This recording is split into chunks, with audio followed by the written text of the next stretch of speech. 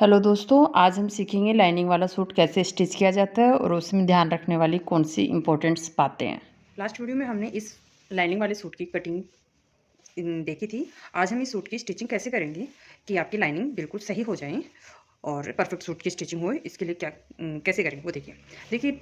Last video में मैंने बताया था कि ये नेक है अपना ज़्यादा चौड़ा है, जो कि जिनका मैं सूट बना रही हूँ उनके लिए काफ़ी ब्रॉड हो जाता है। तो मुझे यहाँ से इसको सिलाई करके इसको ब्रॉडनेस को कम करना है। तो यहाँ पे इसको एक पैर की सिलाई रख के ये निशान लगा रखा है, वहाँ से यहाँ तक कि मुझे एक सिलाई लगानी है ताकि इसकी ब्रॉडनेस कम हो जाए। ठीक है,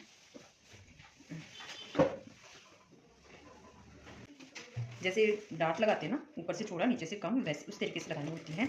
और इसको धीरे धीरे करके और नीचे से कम लाती हैं और फिर इसको थोड़ा सा बाहर निकालते हैं। ऐसे ये ओवरऑल जो नेक है ये थोड़ा छोटा हो जाएगा। आपका नेक कितना भी चौड़ा हो, आप उसको इस तरीके से सही मैनेज कर सकते हो। ठीक है, अब यहाँ पे हमें एक पाइपिंग लगानी है और ये नेक फिनिश करना है और इसके साथ में अस्तर भी लगाना है। तो ये किस तरीके से करेंगे, उसके लिए सबसे पहले जो भी आपका अस्तर है उसका नीचे से ऐसे फोल्ड कर लेना है।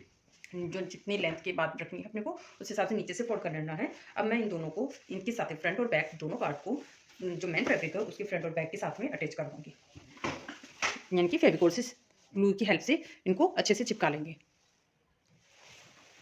ये मेन फैब्रिक के साथ में लाइनिंग को अच्छे से प्रेस करके चिपका लिया है फेविकोल की सहायता से। आप इसके ऊपर नेक बनाएंगे, है ना। तो यहाँ पे नेक तैयार नेक है, इसको कैसे फिनिश सेट करना है।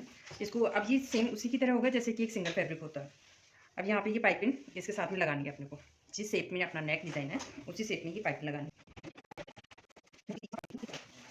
ये पाइपिंग लग गई है। अब इसके बाद में ये एक्स्ट्रा कपड़ा लेना है जो ताकि इसको फिनिश किया जा सके। और यहाँ पे कम से कम 3-4 जगह पे इस पर पिन लगानी है। ये कपड़ा हिले नहीं, सबसे पहले सेंटर में, दोनों साइड में और एक इस पूरे कपड़े के नीचे की साइड में।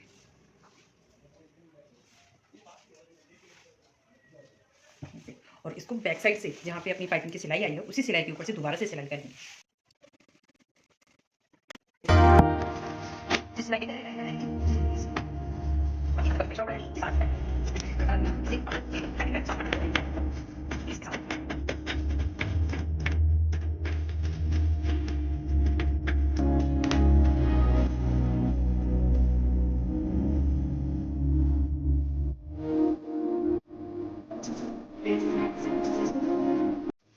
इस प्रकार ये नेक पूरा का पूरा अच्छे से तैयार हो गया है। पीछे से भी प्रेस कर लिया, अच्छे से जम गया। अब बैक का नेक तैयार करते हैं। उसके आप जब भी डोरी बनाएं हमेशा कपड़ा पूरे में कट करें ताकि डोरी अच्छी बनेगी फिनिशिंग से। ये डोरी पे बनाने के लिए इसे पूरे पे सिलाई लगा ली है। अब एक सुई लेनी है, मजबूत सा धागा लेना है, उसके पीछे की साइड में एक अच्छी सी मजबूत सी नोट लगा लेनी है ताकि ये बाहर से नहीं निकले। ये जो कपड़ा है इसकी इस साइड से आपको थोड़े से कपड़े में से ये धागा निकालना है ऐसे, और इसको एक बार नहीं 2 बार करके निकालना है, क्योंकि एक बार करके निकालेंगे तो कई बार ये धागा बीच में ही निकल जाता है। 2 बार फोल्ड करके निकालने पे नहीं निकलेगा। अब सुई को पीछे की साइड से ये जो होल है इसके अंदर से पास करके बाहर की साइड निकालेंगे, दूसरी साइड। इसको धीरे धीरे अंदर डालना है और बाहर निकालना है। कोशिश करना आप सुई को बैक साइड से डालेंगे। अगर सीधी साइड से सुई डालेंगे तो बार बार वो कपड़े में उलझती रहेगी और आपकी डोरी बनाने में दिक्कत होगी। ऐसे पूरे धागे को बाहर निकाल लेना है और ये अब इसको धीरे धीरे खींच के निकालना है। देखिए इस प्रकार ये डोरी कितनी अच्छी बढ़िया बारीक बनके तैयार हुई है। अब इस पीछे वाले कपड़े को कट कर लेंगे और इसी प्रकार दूसरी वाली डोरी भी तैयार करनी है।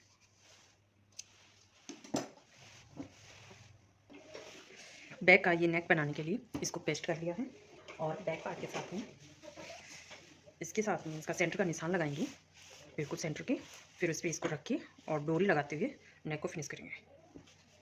जब भी डोरी लगानी हो तो सबसे पहले डोरी तैयार होगी, उसके बाद में ये नेक तैयार होएगा।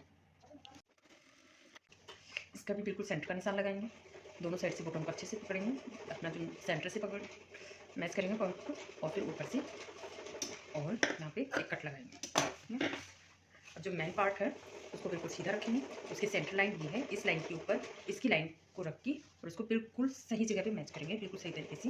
और यहाँ पे और यहाँ पे इन तीनों जगह पे आपको पिन लगानी जरूरी है। शोल्डर से 2 इंच नीचे ये डोरी लगानी होती है, तो यहाँ पे 2 इंच का मार्क का निशान लगा लेंगे। ठीक है, दोनों साइड में। और यहाँ पे आके हमको ये डोरी दबानी है। तो जैसे ही इसके नीचे आएंगे मशीन पे इसको सिलाई स्टार्ट करेंगे, ऐसे नेक बनाने के लिए सबसे पहले ध्यान रखना होता है कि आपकी सिलाई इस पेपर फ्यूजिंग पे ना चले, बिल्कुल इसके पास पास सिलाई चलनी चाहिए, ना तो इससे ज़्यादा दूर हो और ना इसके पास ऊपर हो। और ये डोरी जहाँ पे निशान लगाया वहाँ पे अपन इनके जो नेक वाला फैब्रिक है उसकी और जो मेन फैब्रिक है इन दोनों के बीच पे रखेंगे और इसको 2 बार चला ऐसे पक्का करते हुए आगे बढ़ेंगे। धीरे धीरे नेक जिस शेप में आपका नेक है उसी शेप में आपको मशीन चलानी है, बिल्कुल धीरे धीरे। वापस से दूसरी डोरी लेनी है और उसको यहाँ पे लगाना है। निशान जहाँ पे निशान है वहीं पे ही हमको नीचे दोनों बीच में दबानी है और उसको पक्का करते हुए आगे बढ़ना है। अब ये जो बीच का कपड़ा है इसको कट करेंगे।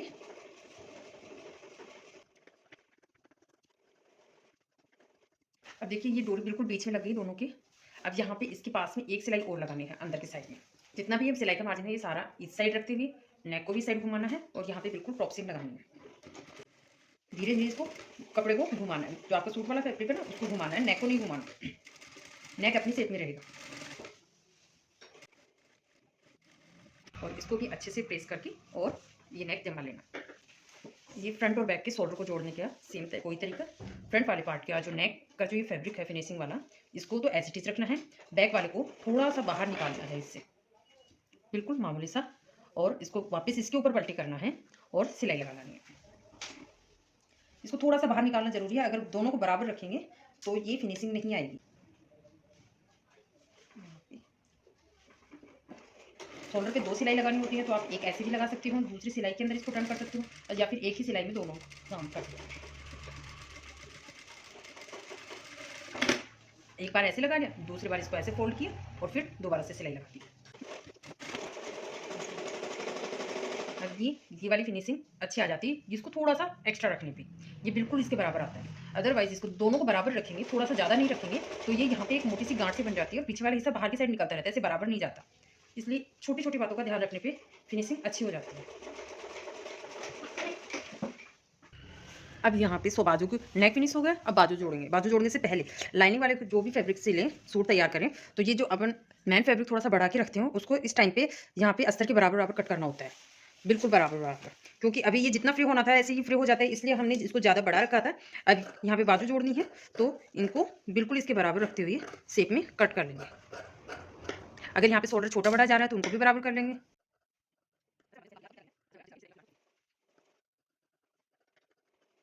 अब ये सूट बाजू के लिए तैयार है, बाजू लगा सकते हैं अब इसमें। ठीक है, इस सूट की दोनों बाजू हमने तैयार कर ली है, अस्तर लगा लिया है, यहाँ से नीचे पीछे पाइपिंग फिनिश करके और ये कंप्लीट तैयार कर लिया। अब हमें जब भी अस्तर वाले बाजू तैयार करनी हो तो ये फ्रंट की जो शेप है वो हमेशा बाद में दी जाती है, जब दोनों तैयार हो जाए, कंप्लीट तैयार हो जाए उसके बाद में। तो ये सीधे के पास सीधी साइड की मतलब सेम साइड से आपस में मैच करती हुई बाजू रखनी है इसी तरीके से, और फिर ही बाजू की शेप की कटिंग करनी है फ्रंट की। अगर आप ऐसे करके शेप की कटिंग कर देंगे ऐसे करके और फिर शेप काटेंगे तो हमारी ये दोनों बाजू एक ही साइड की होंगी, दोनों बाजू दोनों साइड की हुई, इसलिए इनको ऐसे या तो आप इनको ऐसे रखो यानी कि उल्टे उल्टे आपस में मैच करते हुए हो, या फिर ये सीधे सीधे आपस में मैच करते हुए हो। ठीक है, ऐसे इनका फेस एक सीधे सीधे का फेस एक दूसरे के पास हो या फिर उल्टा वाला फेस एक दूसरे के पास हो, इस हिसाब से ही आपको रख के और फिर इनकी फ्रंट शेप की कटिंग देनी है।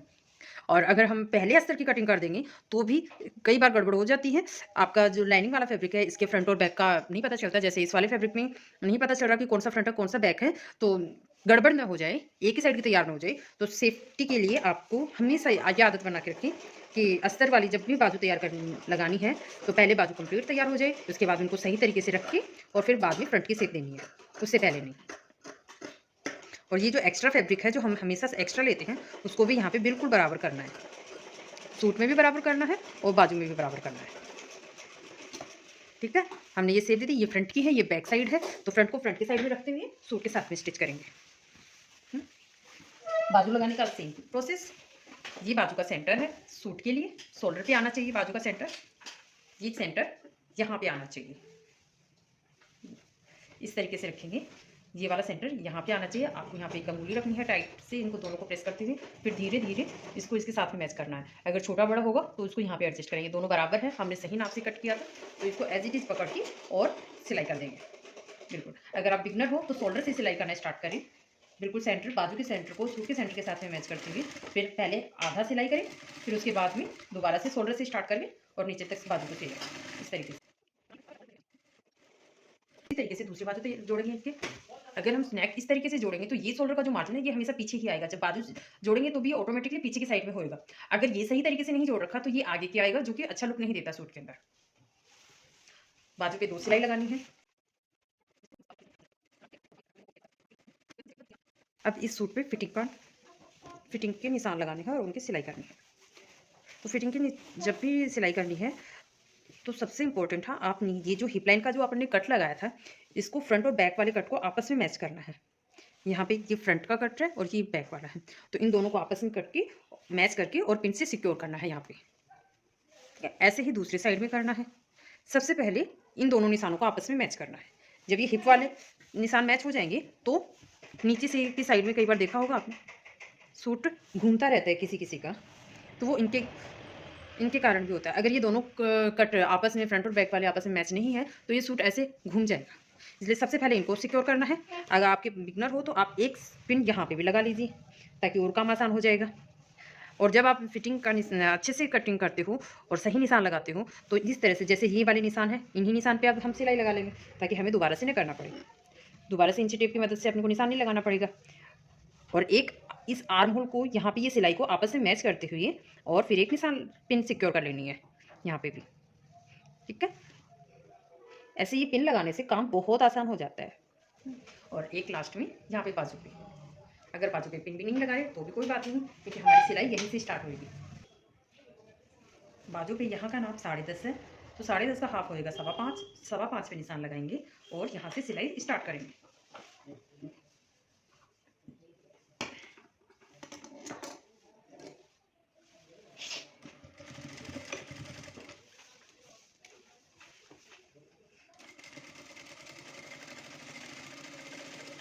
और बिल्कुल इसी निशान पे आएंगे, जो कि हमारा निशान, ये चेस्ट पे जो निशान आ रहा है उस पर बिल्कुल सही जा रहा है। इसी निशान के ऊपर आएंगे और यहाँ से ये जो फिटिंग वाली लाइन है उसके ऊपर सिलाई करते हुए स्टिचिंग कंप्लीट करेंगे। जब भी वेस्ट लाइन से हिप लाइन पे आएंगे, यहाँ पे अपने को सिलाई फिनिश करनी है, लॉक करनी है, वापस से मुड़ जाना है, तो यहाँ पे ये सिलाई हमेशा थोड़ी सी ध्यान से लगानी होती है कि आपकी बॉडी की शेप के हिसाब से रहे। ये बिल्कुल स्ट्रेट नहीं आती, बिल्कुल लास्ट में नीचे आके थोड़ी सी कर्व की शेप ले लेती है, हल्की सी, ज़्यादा नहीं होती, देखने पे ज़्यादा नहीं लगता बिल्कुल भी, पर ये होती है थोड़ी पॉइंटेड नहीं होता, क्योंकि अपने शरीर में कहीं पे भी पॉइंटेड नहीं है। तो यहाँ पे ये घुमाव ही रहेगा, कमर पे भी घुमाव रहेगा, यहाँ पे भी घुमाव रहेगा और हिप पे भी हल्का सा घुमाव रहेगा। इस तरह से 2 सिलाई लगानी है, एक फिटिंग की है और एक पैर की दूसरी सिलाई लगानी है पूरी।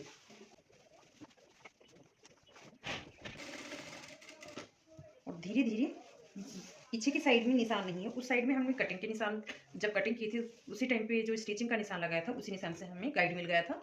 और जबकि इस साइड नहीं है तो यहाँ पे हम निशान लगाएंगे जो फिटिंग आ रही है अपनी चेस्ट पे, चेस्ट के हिसाब से। अब यहाँ पे फिटिंग का निशान लगाने के लिए आपको हाफ हाफ लेना है। कटिंग के टाइम पे 1/4 लेते हैं, यहाँ पे हाफ ले लेते हैं।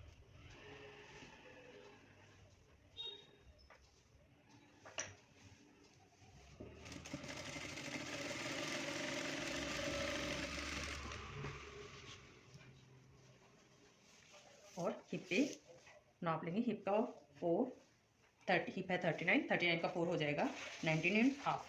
तो 19.5 ये लाइनिंग वाला सूट है थोड़ा सा ज़्यादा।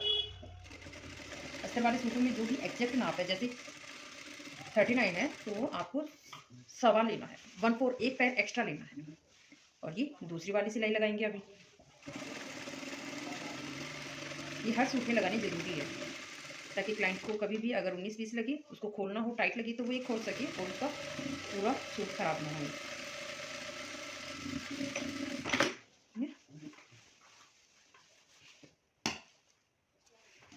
अब यहाँ पे ये जो मैन फैब्रिक हमने एक्स्ट्रा रखा था इसको कट कर देंगे, इंटरलॉक कर लेंगे और नीचे से इसकी फोल्डिंग कर लेंगे यहाँ से। पर उससे पहले यहाँ पे हमने को एक लॉक लगाना है, फैब्रिक लॉक लगाना है, जिसको स्लिट लॉक भी बोलते हैं। तो स्लिट लॉक कैसे बनाते हैं उसको देख लीजिए।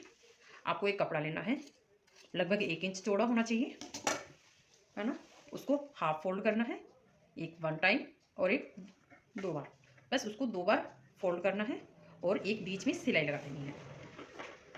ये स्लिट लॉक बहुत ज़रूरी होते हैं सूट्स में, या जहाँ पे भी आपकी स्लिट है वहाँ पे, या आपके सूट को बचा के रखते हैं, सिलाई को खुलने से रोकते हैं। हम इसके बीच से 2 पार्ट कर लेंगे, दोनों साइड पर लगाने हैं। इसलिए यहाँ पे हम जब स्टिचिंग करते हैं तब भी ऐसे पक्का करते हैं, पर फिर भी उसको भी सपोर्ट बना रहे, इसके लिए ये एक स्लिट लॉक जरूर लगाते हैं। यहाँ से ये जो कट है, ये फिटिंग का निशान खत्म हुआ, यहाँ पे सिलाई खत्म हो रही है, वहाँ से लेके यहाँ तक और इधर एक निशान लगा लेंगे, लाइन ड्रॉ कर लेंगे चौक से, ताकि गाइडलाइन बनी रहे। और इस फैब्रिक को ऐसे रखेंगे पट्टी को, और इसके ऊपर हाफ पहले इधर वाली सिलाई लगाएंगे, फिर इधर वाली सिलाई लगाएंगे, हाफ हाफ करके 2 बार सिलाई लगाएंगे। इस पर 2 बार सिलाई लगाएंगे तो ये पूरी पट्टी लग जाएगी और अच्छे से लॉक हो जाएगा। ये ध्यान ये रखना है कि आपकी सिलाई बस ऊपर ना चढ़े, उसकी सिलाई के जस्ट पास में सिलाई देंगे। सेम इसी तरीके से दूसरी साइड लगाएंगे।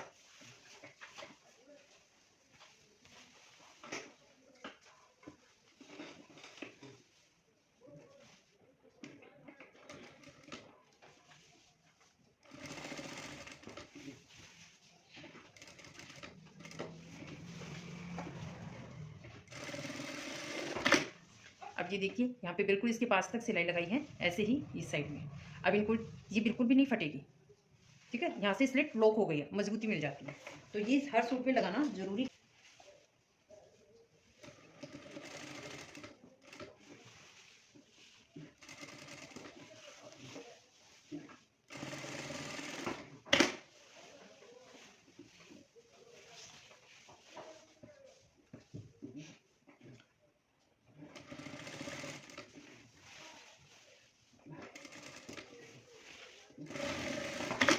इस प्रकार दोनों साइड ये स्लिट लॉक लगा दी। अब नीचे हमारे यहाँ पे एक छोटी सी पतली सी बॉर्डर है, वो लगानी है फ्रंट वाले साइड में। तो उसको कैसे अटैच करेंगे, ये लेस है, इसको कैसे फिनिश करेंगे, लगाएंगे। ये नीचे की साइड में आएगा, तो हम ये जो जितनी लेंथ तैयार रखनी है वहाँ तक की लेंथ रखेंगे, उसमें आधा इंच सिलाई का मार्जिन लेना है, क्योंकि इस स्टिचिंग में दब जाएगा। लेस को इस तरीके से रखना, जो नीचे की साइड में आएगा ना, वो हिस्सा नीचे की साइड में, उस साइड को पहले सिलना है और इसके ऊपर रखना है। ये उल्टी साइड है, ठीक है। उस साइड सिलाई का मार्जिन आधा इंच है, आधा इंच पे ये रख के हम इसके पास में सिलाई लगा के लाएंगे।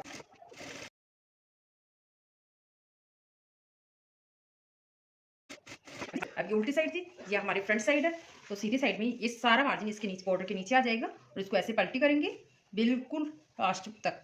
इस कपड़े में यहाँ पे झोल नहीं रहने देना, बिल्कुल ऐसे सलवटें सारी निकालते हुए, या फिर प्रेस भी कर सकते हो आप पहले, इसको बिल्कुल सीधा करते हुए। और ऊपर की साइड अब एक सिलाई लगा लेंगे और हमारी लेस या बॉर्डर लग जाए, तैयार है। अब ये नीचे की साइड में, ये ऊपर टॉप से हमारी लेस लग गई। अब बस साइड से स्लिट बंद करनी है और सूट तैयार है।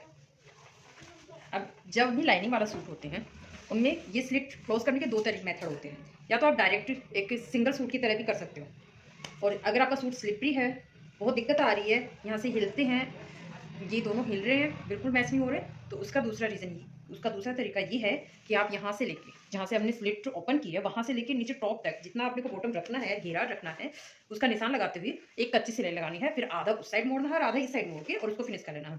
हमारा ये नॉर्मल है, हम इसको डायरेक्ट भी कर सकते हैं, कोई झोल वोल नहीं आएगा, इसलिए हम इसे डायरेक्ट करेंगे, ठीक है। पहले इसको टर्न करेंगे और इसका घेरा बराबर है, इसके लिए आप नाप के दोनों साइड में पिन लगा लो। जैसे यहाँ से मैंने पिन लगा दी, और ऐसे ही पीछे की साइड वाले हिस्से पे भी हमने पिन लगा दी।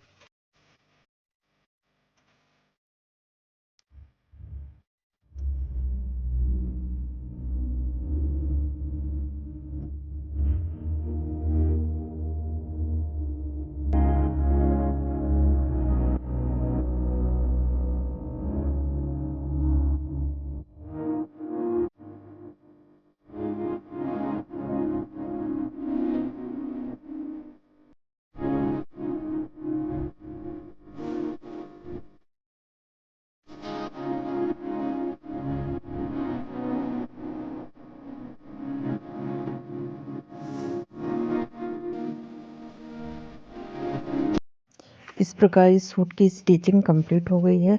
ऐसे ही और इंटरेस्टिंग वीडियो के लिए मेरे चैनल को सब्सक्राइब कीजिए, लाइक कीजिए, और कुछ डाउट हो तो प्लीज़ कमेंट कीजिए। Thank you.